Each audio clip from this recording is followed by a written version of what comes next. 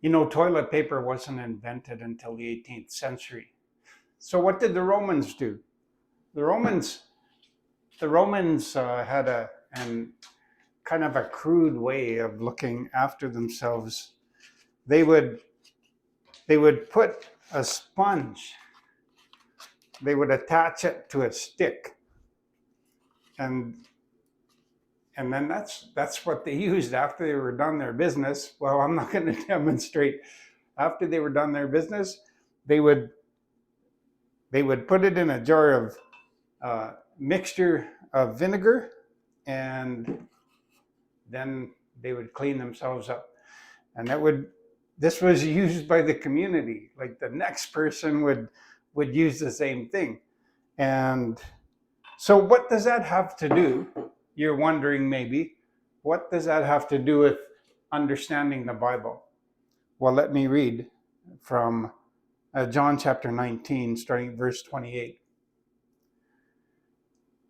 Later, knowing that all was now completed, and so that the scriptures would be fulfilled, Jesus said, I am thirsty. A jar of wine vinegar was there, and so they soaked a sponge in it, put the sponge on a stalk of the hyssop plant, and lifted it to Jesus' lips. When he had received the drink, Jesus said, it is finished. And with that, he bowed his head and gave up the spirit. Do you think that Romans were actually caring that Jesus was thirsty, a criminal dying on the cross? That's what they thought of Jesus. They were mocking him.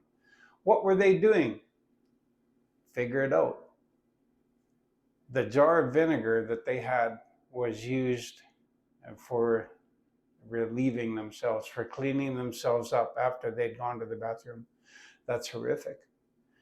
That's what Jesus did for us. That's what God thinks of our sin. Unbelievable. It's amazing.